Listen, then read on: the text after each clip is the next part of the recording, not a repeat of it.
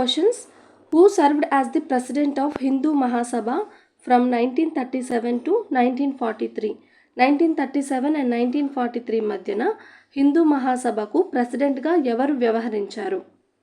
Correct answer వచ్చేసి option C, Vinayak Damodar Savarkar. రీసెంట్గా ఇతని చనిపోయిన దినోత్సవం అన్నది న్యూస్లో ఉంది కాబట్టి విడి సవార్కర్ గారి చనిపోయిన దినోత్సవం అనేది న్యూస్లో ఉంది కాబట్టి ఈ క్వశ్చన్ అన్నది అడిగే ఛాన్స్ ఉంది.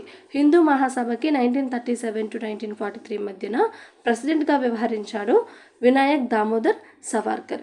ఇతను చాలా రెవల్యూషనరీ యాక్టివిటీస్లో పాల్గొనే ఇతను ఒక బుక్ రాశాడనమాట. That book name is Hindutva. What is the book? Who wrote the book Hindutva?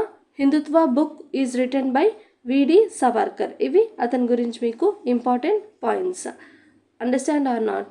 హిందుత్వ ఇతను ఒక నేషనలిస్ట్ ఐడియాలజీ అనమాట. క్లియర్? ఇతను ఒక రెవల్యూషనరీ యాక్టివిస్ట్ అనమాట. కంప్లీట్ ఇండిపెండెన్స్ కోసం ఇతను పోరాటం చేయడం జరిగింది. ఓకే, ఇప్పుడు మెయిన్ ఇంపార్టెంట్ పాయింట్స్ ఏం గుర్తుపెట్టుకోవాలి?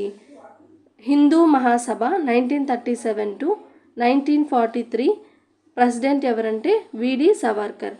హిందుత్వ అనే బుక్ కూడా విడి సవార్కర్ గారు రాయడం జరిగింది. ఇతను కంప్లీట్ ఇండిపెండెన్స్ కోసం పోరాటం పడ్డారు అండ్ రెవల్యూషనరీ యాక్టివిస్ట్ ఇతను.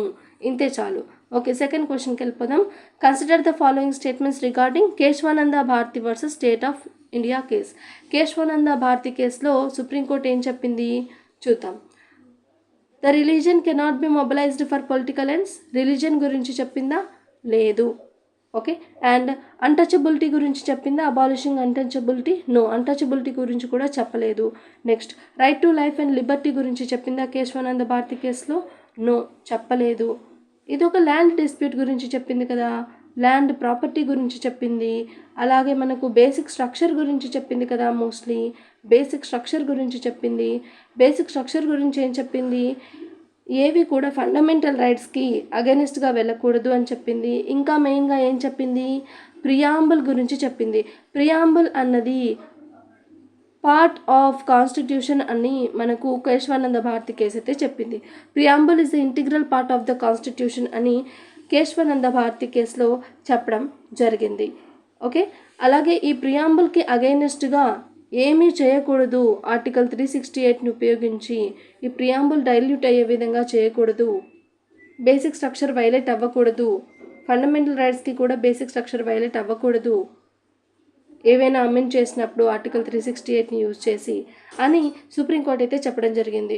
సో మనకు రిలీజియన్ గురించి చెప్పలేదు, అన్టచబిలిటీ గురించి చెప్పలేదు, right to life and liberty గురించి చెప్పలేదు. మరి దేని గురించి చెప్పింది? Basic structure of the constitution గురించి చెప్పింది.